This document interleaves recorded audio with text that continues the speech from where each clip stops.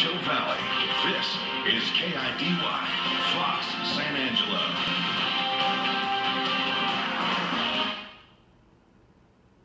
A packed house pays respects to a fallen Abilene officer. We'll look back on today's service and burial of Don Allen, and a live report on evidence police say is still out there.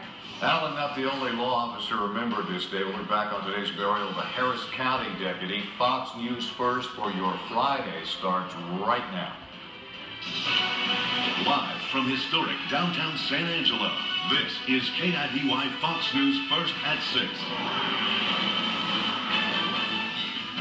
Evidence still out there related to this week's killing of an Abilene police officer, and you can maybe help police get their hands on it. Good Friday, everybody. I'm Bob Brickeen. And I'm Whitney Wiley, in for Molly Garrity. We begin this evening with a late afternoon press conference by Abilene Police, their fourth this week. It surrounds evidence taken from fallen police officer Don Allen. Our Chris Rogers was at today's press conference. He joins us live with more on what police say is still out there.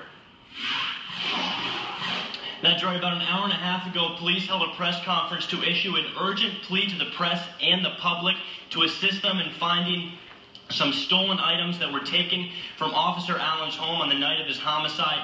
Those items include a Glock Model 22 40 caliber handgun that's not to be confused with a 22 gauge shotgun. It is a 40 caliber handgun, the actual duty belt that Allen used while on patrol, a Harris brand police radio, which has been remotely disabled, so anyone attempting to use that would fail if they'd wanted to, one can of OC spray, and one Streamlight Stinger flashlight. Now, Sergeant Beard did not go as far as to say that he would offer immunity to anyone in possession of those stolen items, but he did say their primary goal is to recover the lost property and not to press more charges. Anyone who has any information, who has seen any of these items or has purchased anything from Violetta or Philip Walter within the past week is urged to call the tip line at 325-676-6598 or email at apdtips@abilenetexas.com. That information will be on our Facebook page. Back to you guys. All right, Chris, we've seen what a terrible week it's been for law enforcement. Look no further than two funerals an hour apart today.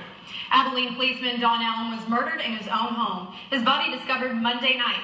Thousands turned out for Don Allen's funeral today. Onlookers lined the street to pay tribute to the fallen officer.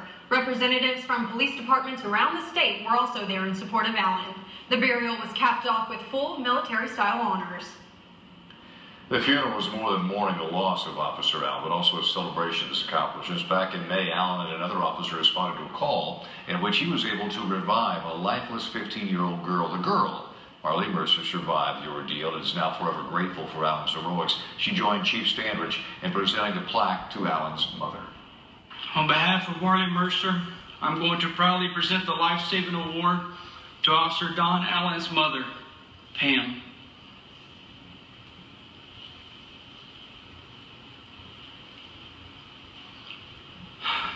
Marley and I are going to present this certificate. It says the Abilene Police Department, Abilene, Texas, presents Life-Saving Award to Don Allen for outstanding performance in the saving of a human life and the display of conspicuous initiative, capability, and attention to duty. Signed by myself and the chairman of our Meritorious Conduct Board, Lieutenant Brad McGarry. Marley, if you'll accompany me. Allen's partner that night will also receive that same award.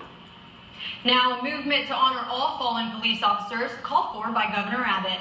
Abbott called all Texas police departments to show their support by flashing their red and blues. This was at 11 this morning during funeral services for both the Harris County deputy and Abilene police officer Don Allen.